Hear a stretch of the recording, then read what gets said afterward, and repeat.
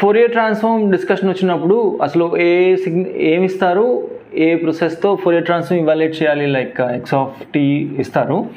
And ఇచ్చిన signal time domain signal Fourier transform evaluate చేసే క్రమంలో రిజల్టెంట్ని x(ω)తో రిప్రజెంట్ చేస్తారు. అండ్ ప్రొసీజర్ వచ్చేసి ఇచ్చిన x(t) e−jωtతో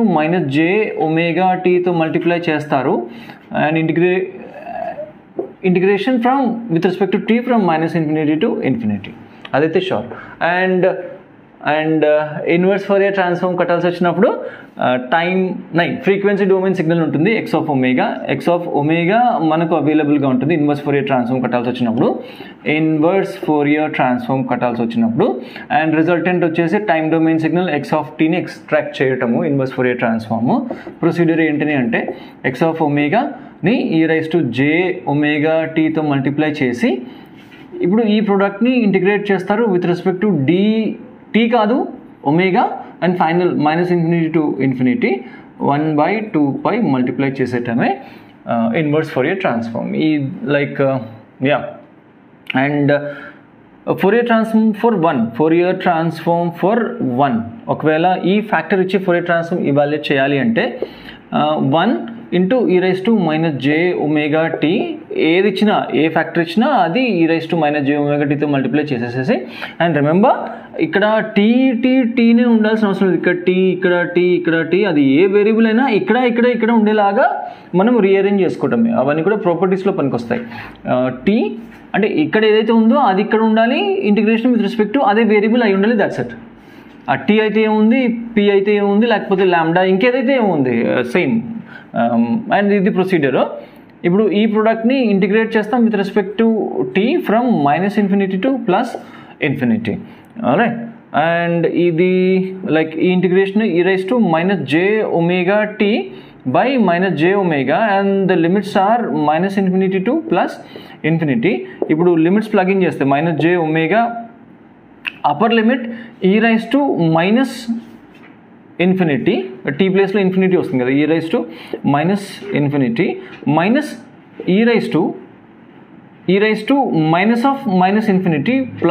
-∞ సో ఇది 0 అయిపోతుంది. But 0 e∞ it's infinity by jω, so the result is infinity.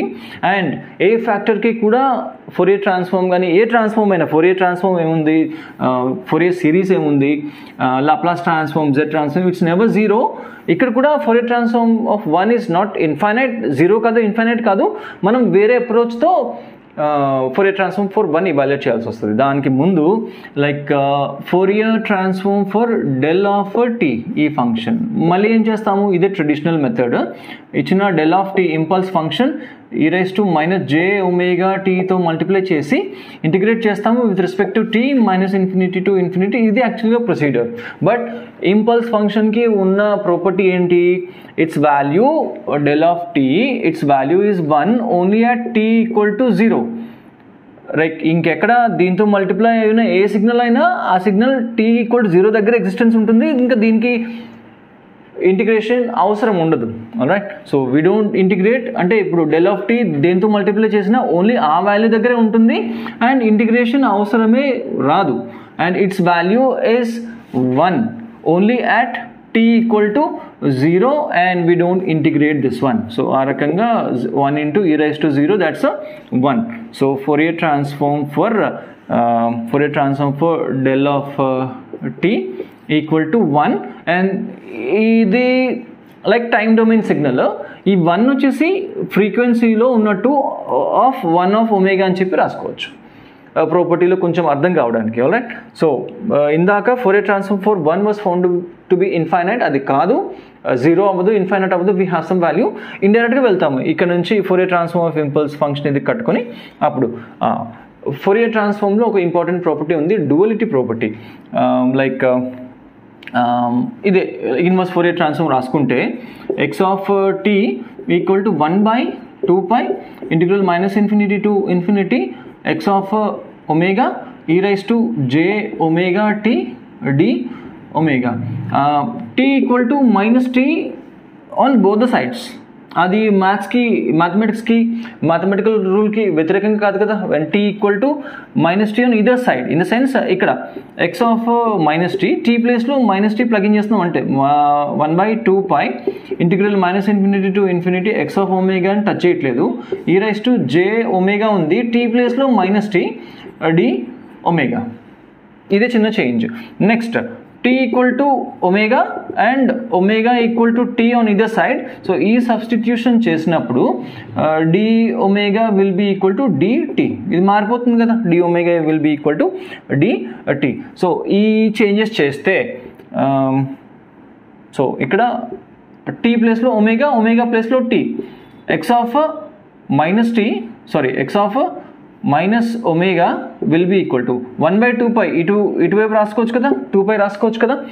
Integral -∞ to ∞ capital X of t ప్లేస్లో omega ప్లేస్లో t into e raise to minus j omega ప్లేస్లో tea ప్లేస్లో omega. ఇక్కడ square రాదు, omega square కానీ t square కానీ అని చెప్పి లైవ్ క్లాస్లో కన్ఫ్యూజ్ అయ్యారు, అది కాదు.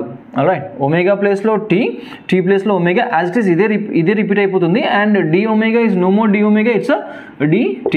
కాస్ ఇక్కడ కేర్ఫుల్గా వాచ్ చేయండి, ఇట్స్ లైక్ ఈ ఇంటిగ్రేషన్ని కేర్ఫుల్గా వాచ్ చేయండి. This factor is multiplied with e raised to minus j omega t and integrated with respect to t. And very clearly idigondi ikkada t undi, ikkada t undi, integration is done with t and we have a negation over here, we have a negative over here. Ante din ardham entante idi mottam integration edaithe undo adi Fourier transform of x of t, capital X of tea. ఇది అర్థం కాదు, but ఇదే property use చేసుకుని మనం Fourier transform for 1 కడతాము. 2π x of minus omega. Right, Fourier transform for capital X of tea equal to 2π x of minus omega. Okay, ఇది అర్థం కాదు for sure. Capital X of t ఏంటి, x of minus omega ఏంటి, అంత తలతిక్క వ్యవహారంలో ఉంటుంది. కానీ ఇదే ప్రాపర్టీ యూజ్ చేసుకుని ఇందాక ఫోరియర్ ట్రాన్స్ఫార్మ్ ఫర్ 1 ఇన్ఫైనైట్ కాదు, we have value for Fourier transform for 1 అని చెప్పి ప్రూవ్ చేస్తాం. ఇదిగో ఇది యూజ్ చేసుకొని ఇప్పుడు ఈ డిస్కషన్కి వెళ్ళే ముందే Fourier transform for del of tea equal to 1 of omega అని చెప్పి చూసాం కదా. ఇదిగోండి, నా ఈ కేసులో మీరు కేర్ఫుల్గా వాచ్ చేస్తే ఇది ఎక్స్ ఆఫ్ టీ, ఇది వాడిచ్చిన x of t, Fourier transform కడితే వచ్చింది. నా it's your x of omega. Right, we have x of t and x of omega. ఇప్పుడు ఈ రెండు రిలేషన్ ఇలా రాసేసుకుంటాం. ఇదిగో ఎక్స్ ఆఫ్ టీ ఉంది, ఇదిగో ఎక్స్ ఆఫ్ ఒమేగా, ఇదే కదా, ఇదే రిలేషన్ రాసుకుంటాం. In the sense X of T X of T is del of T. So del of T is equal to, నేను ఇదే రీరైట్ చేస్తున్నాను ఎందుకంటే ఇదిగో నా ఎక్స్ ఆఫ్ టీ, దానికి సంబంధించిన ఎక్స్ ఆఫ్ ఒమేగా ఇది యూజ్ చేసుకుని నేను ఈ డ్యువల్టీ ప్రాపర్టీ లెక్కలో వెళ్తున్నాను, ఫైనల్కి వెళ్తున్నాను.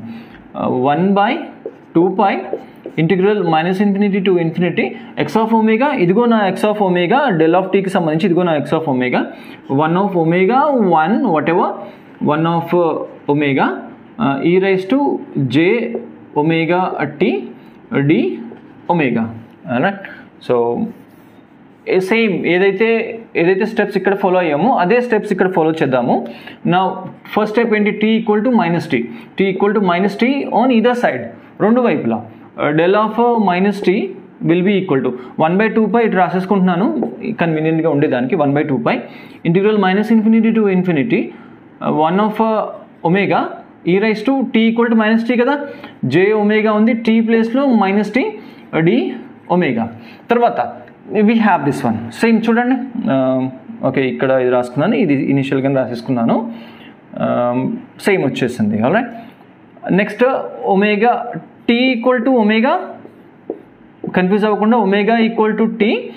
అండ్ ఈ ట్రాన్స్ఫర్మేషన్లో దీని గురించి కూడా మాట్లాడుకోవాలి. d omega will be equal to dt. ఇవి ప్లగిన్ చేసుకుంటే t equal to omega equal to t, అప్పుడు 2π del of minus omega will be equal to integral -∞ to ∞ 1 of t omega ప్లేస్లో t కాబట్టి e raised to j omega ప్లేస్లో t t ప్లేస్లో omega same అదే వస్తుంది, and d omega is no more d omega, it will be dt. Alright. So guys ఇప్పుడు hold on, ఇది ఏమని చెప్తారు, like a factor is multiplied with e raised to minus j omega t and integrated with respect to t. A factor is multiplied with e raised to minus j omega t and integrated with respect to t. In the sense ఇది Fourier transform for 1 of t, 1 time domain లో ఉన్న 1 of t, alright, of t, or else Fourier transform of 1 which is equal to 2 pi del of minus omega. మీరు వెతికే ఆన్సర్లో 2 pi del of omega అని ఉంటుంది. Negative ఎలా పోయిందో కామెంట్లో చెప్పండి. Thank you.